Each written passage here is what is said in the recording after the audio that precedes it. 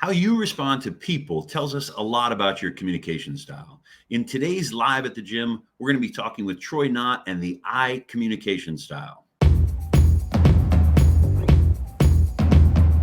Hi, I'm Dale Fallon, and I'm the founder of the Communication Gym. In this, our fourth segment of the discussion of the DISC communication style, we're going to be talking about the high I communicator. The high I is extroverted and task-oriented, and extroverted and people-oriented. Sorry about that. And we're going to learn how to better communicate with them. We're going to make sure we can recognize and understand the high I communication style and learn to adapt. If we are a high I, how we can make some adaptations. And if we're not, and we're working with some high I's or living with some high I's, we're going to learn how to work with them. So first, let's talk a little bit about how you recognize the I communicator. They are, again, extroverted and people-oriented. Their volume is usually loud and varied. Their pace is usually very quick. They like to talk things out and work things through. Their tone is personable and friendly. And their physiology, their nonverbal communication indicators are a lot of gestures, a lot of movement, and a lot of expression. So you see a lot of what's going on for the high I as they communicate through. So we invited someone who's got some great personal experience with the high I communication style to join us today. Troy Knott is an IT project manager here in New York, and he's been a member of the Communication Gym for over a year now, Troy. It's great to have you, and anxious to talk with you about the I communication style. So tell us a little bit about yourself and what you do for a living and anything else you want to share. All right. Well, thanks for having me, Dale. It's great to be here.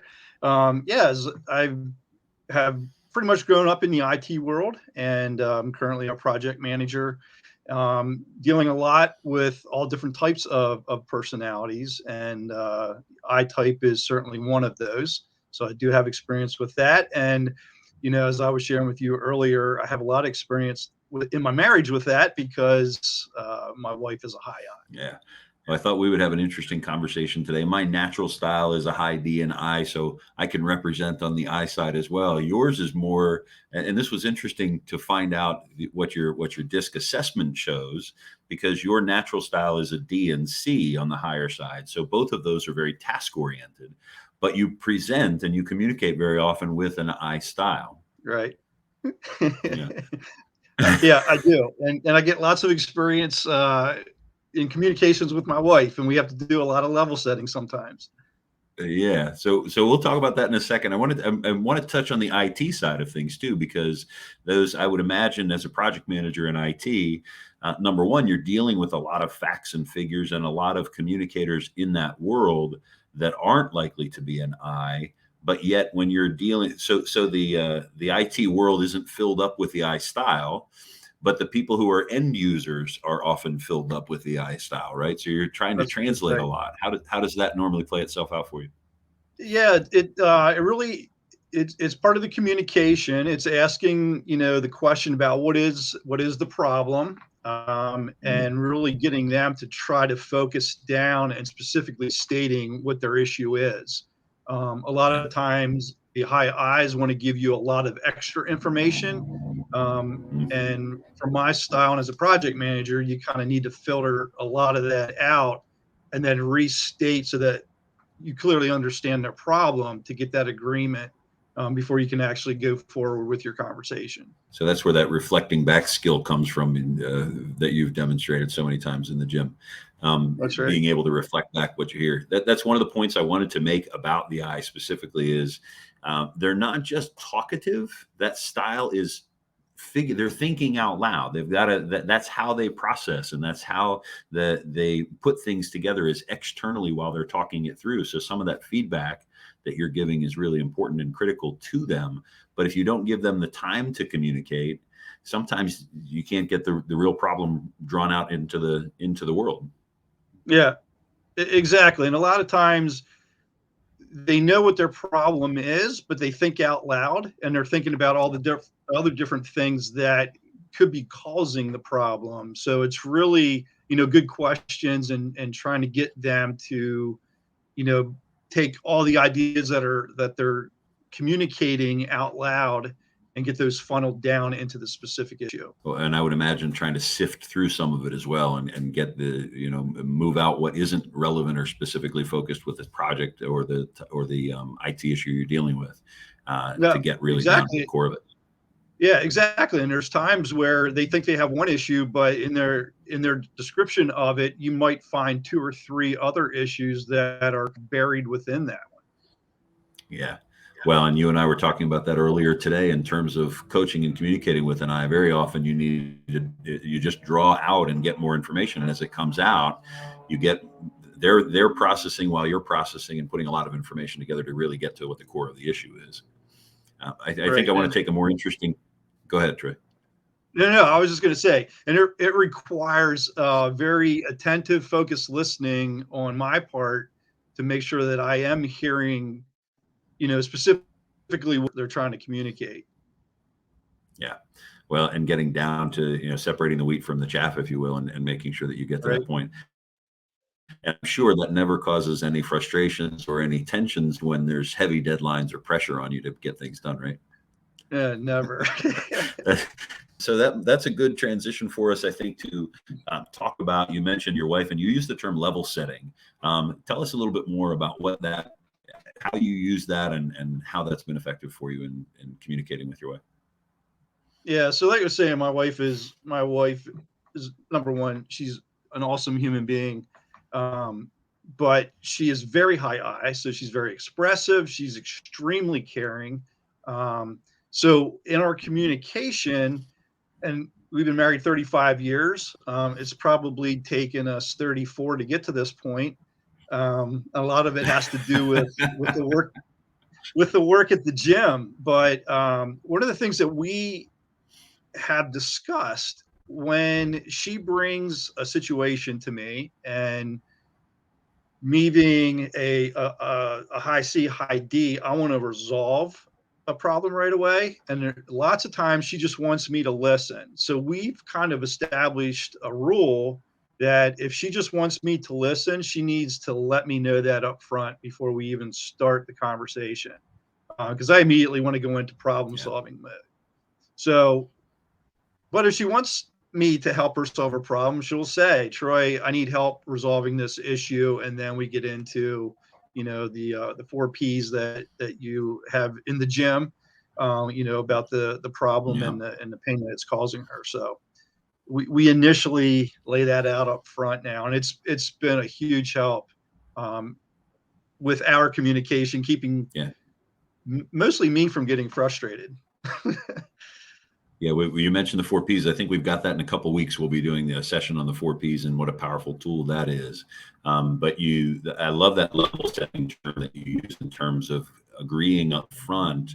What is it you need from me? How can I best support you in this communication? Because when you're working with, especially as a person whose natural style, and I want to make sure to clarify that when we're talking about your communication style, it's not who you are. It's more the way that you prefer to communicate. It's your preferred communication style. And being able to have a language between the two of you, or between, works at work as well as personally, but obviously more important on the personal side, because our relationships are so intimate. There's so much emotion involved, and there's so many and they're so frequent, that to be able to have that early up front, that awareness to say, okay, do we want me to listen here? Do we want me to try to jump in? How do I go? How do we want to do this?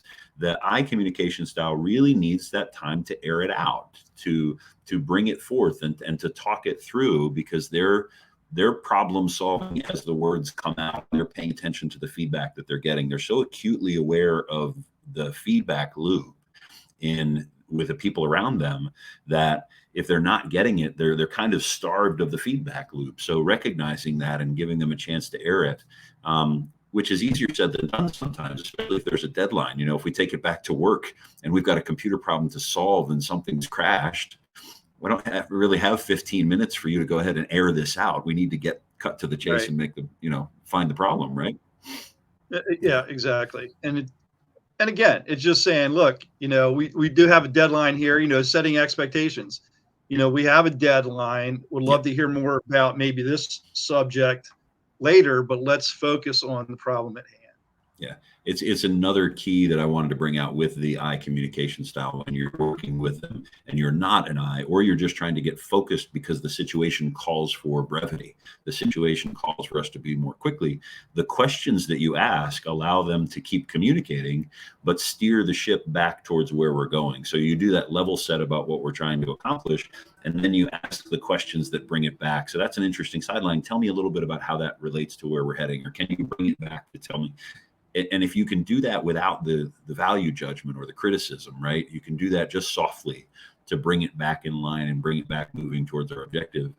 You can still move forward towards accomplishing the task, still give them the opportunity to process the information they need to process, and still keep it within a time frame that is suitable without damaging the relationship. The challenge comes in when we judge or we get really frustrated and angry, which again happens when tension is on the line, which can be personal or professional. Exactly. And that's a really good point.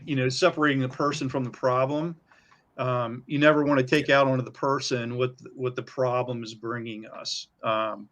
So, always valuing the person and being respectful of them, but staying focused on, addressing the problem. Yeah.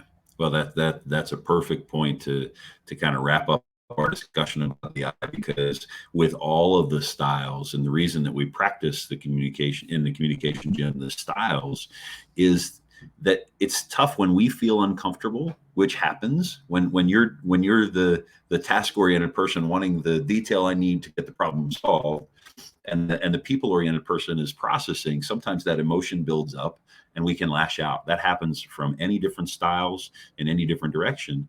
And when we can practice and develop our skills, I'm not saying that those emotions still don't build up, but we gain a little bit more strength. We might have a little bit more patience or tolerance on our own part to do a better job in getting the problem solved without damaging the relationship, which is really the core of what style adaptation is about for me. It's not just not damaging the relationship, but maybe even enhancing the relationship. So as you continue to make those emotional bank account deposits, the relationship gets better. There's more trust there. And she can say to you, Troy, just stop and listen for a while, and you don't take offense, right? Exactly. Yeah. Which she still does. I'm not, yeah. Her thing is, I didn't ask you to solve this. Just listen. Yep. Important point out there for all of us, I think, in our close personal relationships and family relationships, because it's tougher there because we talk all the time, and sometimes when relationships break down, it's because of style issues. It's because you never listen, or well, you never solve problems. All you want to do is talk about problems. And if we can build up those trust relationships and build that rapport, we can do a much better job of that.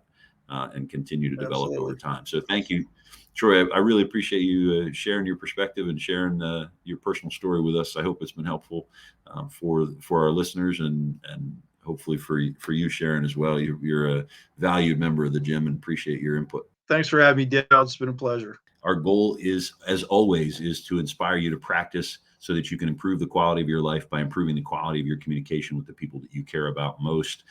Tune in next week at 11:30 for our live at the gym session around. We will be focusing on the C communication style, and we'll be here every Thursday going forward to help you improve your communication skills. So thanks for joining again, Troy, and we'll see you at the gym.